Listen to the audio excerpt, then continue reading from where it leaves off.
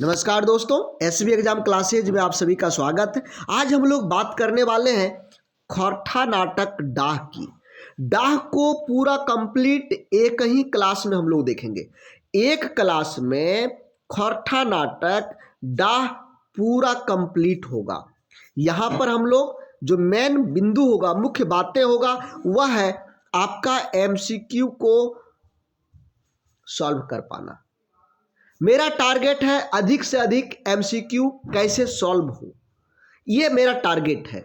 और इसी टारगेट को लेकर के एक क्लास आज की है और कंप्लीट खोरठा नाटक एक ही क्लास में आपको पूरा हो जाएगा। जितने भी एमसीक्यू होंगे सब यहाँ से आपको कंप्लीट हो जाएंगे। तो चलिए शुरुआत करते हैं। सुकुमार जी का लिखा हुआ खोरठा नाटक डाह को, सुकुमार जी के द्वारा लिखा गया खोरठा नाटक डाह का शुरुआत होता है। सबसे पहले देखिए डाह क्या है। डाह क्या है? डाह खोरठा नाटक है। बहुत बार ऐसा प्रश्न पूछा गया है कि ये किस विधा की रचना है। कहानी है, कविता है, खोरठा निबंध है, नाटक है। तो डाह जो है ये खोरठा नाटक है और इसके लिखने वाले सुकुमार जी हैं। इस खोरठा नाटक को लिखने वाले कौन हैं? सुकुमार जी हैं। सुकुमार जी के द्वारा डाह खोरठा नाटक लिखा गया है। दोस्तों, यदि हम प्रकाशक की बात करें तो कुंती देवी प्रकाशक का नाम है। कुंती देवी प्रकाशक का नाम है। और यदि इसका जो कवर पृष्ठ है, कवर पृष्ठ, उसका चित्रांकन की हम बात करें, जो पुस्तक है, पुस्तक का ऊपर का जो कवर है उसका चित्रांकन दिनेश कुमार दिनमणि जी के द्वारा किया गया है। किनके द्वारा? दिनेश कुमार दिनमणि जी के द्वारा किया गया है। इस नाटक की भूमिका शिवनाथ प्रामाणिक जी लिखे हैं। शिवनाथ प्रामाणिक जी लिखे हैं। तो हम यहाँ पर क्या आप लोगों को कह रहे थे कि कवर चित्रांकन दिनेश कुमार दिनमणि जी के द्वारा किया गया है, भूमिका लेखन शिवनाथ प्रामाणिक जी के द्वारा किया गया है और समीक्षा, डाह नाटक का समीक्षा ए.के. झा जी के द्वारा किया गया है। अब इसका प्रकाशन की बात करें तो इसका प्रथम प्रकाशन 1992 ईस्वी में किया गया था। 1992 ईस्वी में। द्वितीय प्रकाशन 2009 ईस्वी में किया गया था। द्वितीय प्रकाशन 2009 ईस्वी में किया गया था। ठीक है, अब आगे हम लोग चलते हैं। देखिए, यदि हम पात्र की बात करें तो यहां पर आप समझ सकते हैं मुख्य पात्र जो है, मुख्य पात्र इसमें विवेक, विराट, शेखर और भावना, ये सभी लोग हैं। समझिएगा, विवेक और शेखर दोनों सहोदर भाई हैं, ये अपने भाई हैं।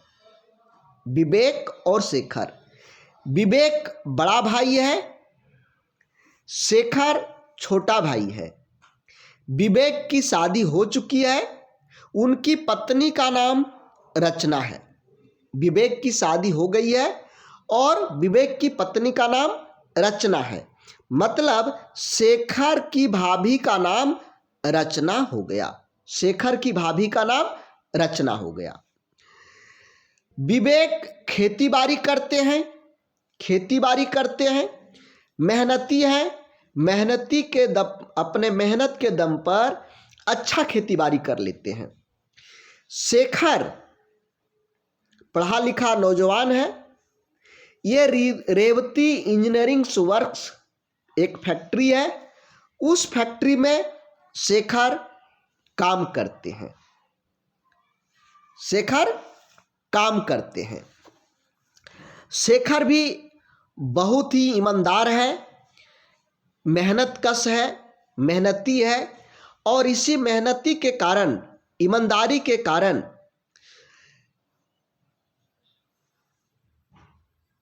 शेखर की प्रोन्नति हो जाती है। शेखर की प्रोन्नति हो जाती है। किसमें? किसमें किसमें हो जाता है? शेखर की प्रोन्नति सुपरवाइजर से फोरमैन में हो जाता है। अब देखिए कहानी का ट्विस्ट आगे, ये दोनों भाई के बीच में बहुत ही मित्रता है, दोनों ही मेहनती हैं, मेहनत के बल पर दोनों ही आगे बढ़ते जा रहे हैं। अब यहां पर देखिए उसी गांव का लड़का विराट है। विराट कामचोर, झगड़ालू, शराबी, सब कुछ है। यानी आप ऐसे समझ सकते हैं उसके अंदर अवगुणों का भंडार है, अवगुणों का भंडार है। विराट भी रेवती इंजीनियरिंग वर्ष में ही काम करता है। शेखर और विराट, शेखर फॉरमैन है और विराट के अंदर मतलब शेखर के अंदर विराट काम करता है। विराट कामचोर है, इसलिए हमेशा समय पर फैक्ट्री नहीं आता है, लेकिन वो काम करके पूरा पैसा लेना चाहता है। फैक्ट्री में कम काम करके पूरा पैसा लेने के बाद पर शेखर और विराट के बीच में झगड़ा हो जाता है, दोनों के बीच में झगड़ा हो जाता है, कहा सुनी हो जाता है। अब यहां पर विराट शेखर से डाह करने लगता है, शेखर से डाह करने लगता है। विराट की पत्नी का नाम भावना है और विराट का एक दोस्त है जग्गा, जो पियंकड़ है, शराबी है।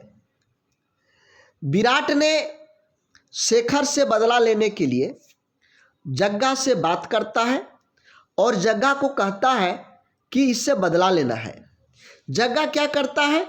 जग्गा शेखर से दोस्ती करके शेखर का कान भर देता है, झूठ पूछ का गलत मैसेज शेखर के कान में डाल देता है। वो कह देता है कि गांव की जितनी भी प्रॉपर्टी है तुम्हारा बड़े भैया ने अपनी पत्नी रचना के नाम कर दिया है और तुम्हारे हिस्से में कुछ भी नहीं छोड़ा है। इससे शेखर को पहले तो विश्वास नहीं हुआ, लेकिन ये बात जब विवेक को पूछा जाता है तो विवेक वैसे गुस्सा करता है जिससे इसका शक और गहरा जाता है। अब दोनों के बीच में प्रायः झगड़ा होने लगता है। यानी जो विराट ने सोचा था कि दोनों के बीच झगड़ा हो जाए, वो जग्गा के मदद से विराट ने करवा दिया। एक दिन क्या होता है कि विराट ये विवेक और शेखर के बीच में बात बात में झगड़ा हो जाता है और शेखर बंदूक निकाल लेता है और बंदूक को विवेक की तरफ तान देता है। उसी समय विराट उसके घर के पास छिपा हुआ था। विराट ने अपने पिस्तौल से विवेक की हत्या कर देता है। किसने? विराट ने विवेक की हत्या कर देता है।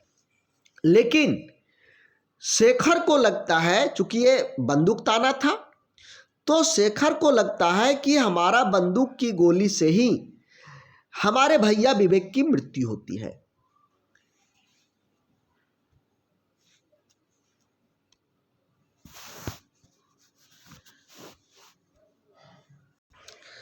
यहां पर इसको क्या गलतफहमी होती है? शेखर को लगता है कि हमारे बंदूक की गोली से हमारे भैया की मृत्यु हुई, यानी हमने इसको मार दिया। तो वो अपने को कसूरवार मान करके ये जेल चला जाता है। विराट खुश होता है। मुकदमे की शुरुआत होती है, मुकदमा लड़ा जाता है। मुकदमा के अंतिम दिन में जब फैसला की बारी होती है तो उस समय विराट की पत्नी भावना अदालत पहुंचती है और अदालत में एक पिस्तौल लेके जाती है और उस पिस्तौल को अदालत में दिखाते हुए कहती है कि इस पिस्तौल से विवेक की हत्या हुआ है और असली हत्यारा शेखर नहीं है, असली हत्यारा विराट है, मेरा पति है, मेरा पति है, इसको सजा मिलनी चाहिए। उस पिस्तौल की जांच होती है और वास्तव में पिस्तौल की गोली से ही विवेक की हत्या हुई थी, ये डॉक्टरी रिपोर्ट में भी कहा गया था। और यहाँ पर जब पिस्तौल निकल गया तो दोनों को मैच किया गया, जिससे मैच होकर के ये प्रूफ हो गया कि विराट के द्वारा ही विवेक की हत्या किया गया है। अब यहाँ पर शेखर को बाइज्जत बरी कर दिया जाता है, वो जेल से निकल जाता है और शेखर बाहर निकल गया, जेल से बाहर शेखर निकल गया और विराट को जेल हो जाता है, विराट को जेल हो जाता है। इसमें कंपनी का जो मालिक है उसका नाम है सेठ रेवती प्रसाद। ध्रुव सिंह या ध्रुव सिंह होगा, उस फैक्ट्री का मालिक मैनेजर है। मालिक कौन है? सेठ रेवती प्रसाद। सेठ रेवती प्रसाद मालिक है, लेकिन मैनेजर कौन है? ध्रुव सिंह मैनेजर है। यहां पर थोड़ा सा और यदि आप देखें डीपली तो यहां पर आपको पता चलेगा कि गुप्ता जी सरकारी वकील है, बख्शी जी एक दूसरा वकील है, विवेक और शेखर दोनों भाई है। बड़ा भाई विवेक है, छोटा भाई शेखर है। विवेक की पत्नी रचना है, विवेक खेती बाड़ी करता है। शेखर जो हमने आपको बताया उसी को हम बिंदु में पूरा सिलसिलेवार रूप से लिख दिए हैं ताकि समझने में आसानी हो, समझने में आसानी हो। तो यहां पर देख रहे हैं बिंदु बाय बिंदु हमने इसको पूरा लिख दिया, ठीक है। अब दोस्तों थोड़ा सा हम आपसे बात करना चाहते हैं।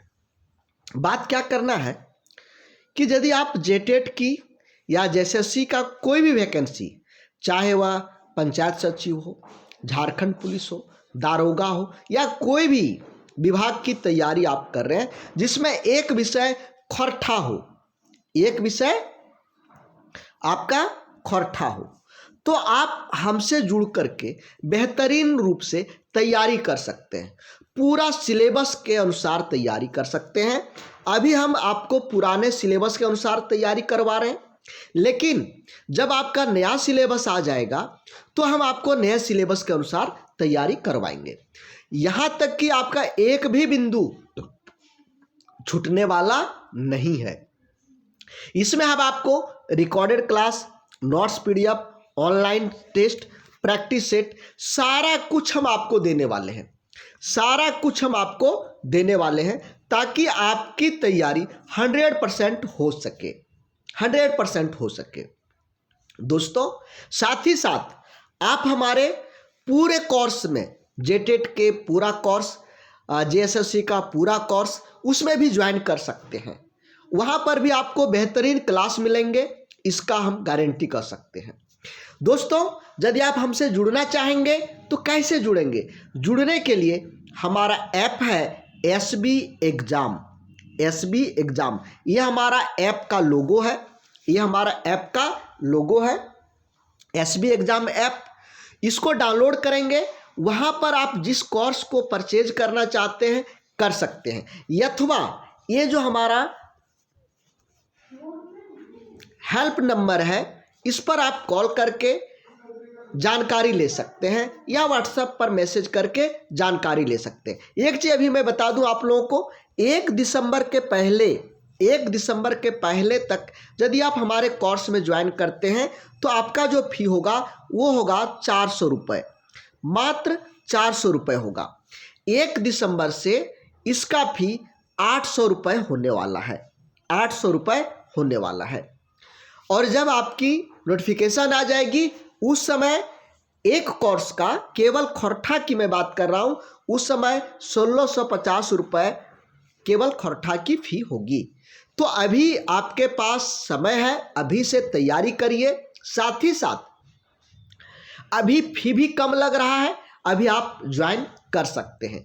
दूसरा चीज हम आपसे एक बात और कहना चाहेंगे कि देखिए कितने लोग कंपटीशन में बैठते हैं और कितने लोग सक्सेस करते हैं। कौन लोग सक्सेस करते हैं? जो सही मटेरियल को सही ढंग से पढ़ते हैं, प्रॉपरली तैयारी करते हैं, एक सिस्टम से तैयारी करते हैं, वही सक्सेस कर पाते हैं। जो इधर से उधर से, यहाँ से वहाँ से, जैसे तैसे पढ़ता है, दिमाग को बोझिल कर लेता है, पढ़ता तो ज़्यादा है लेकिन जो एग्जाम में नहीं आना चाहिए वो चीज़ें पढ़ लेता है, जिससे एग्जाम हॉल में जाकर के वो माथा को पकड़ के बैठ जाता है। तो दोस्तों, सटीक चीज पढ़िए, वही पढ़िए जो आपको काम आवे, जो काम का नहीं है उसको नहीं पढ़िए। तो हम आपको एमसीक्यू का अधिक से अधिक टारगेट कैसे होगा, अधिक से अधिक एमसीक्यू कैसे आप कर पाएंगे, इस पर हमारा फोकस रहता है, ये हमारा टारगेट है। तो आज के लिए बस इतना ही। यदि आप हमसे जुड़ना चाहते हैं तो ये हमारा व्हाट्सएप नंबर है, कॉलिंग नंबर है, इस पर भी कॉल कर सकते हैं, अथवा जो हमारा एसबी एग्ज़ाम है, एसबी एग्ज़ाम ऐप, वहाँ से भी आप ऐप को डाउनलोड करके कोर्स में ज्वाइन कर सकते हैं। तो आज के लिए बस इतना ही, फिर हम लोग मिलेंगे एक नए सेशन में, नए टॉपिक के साथ में। तब तक के लिए धन्यवाद। जय हिंद।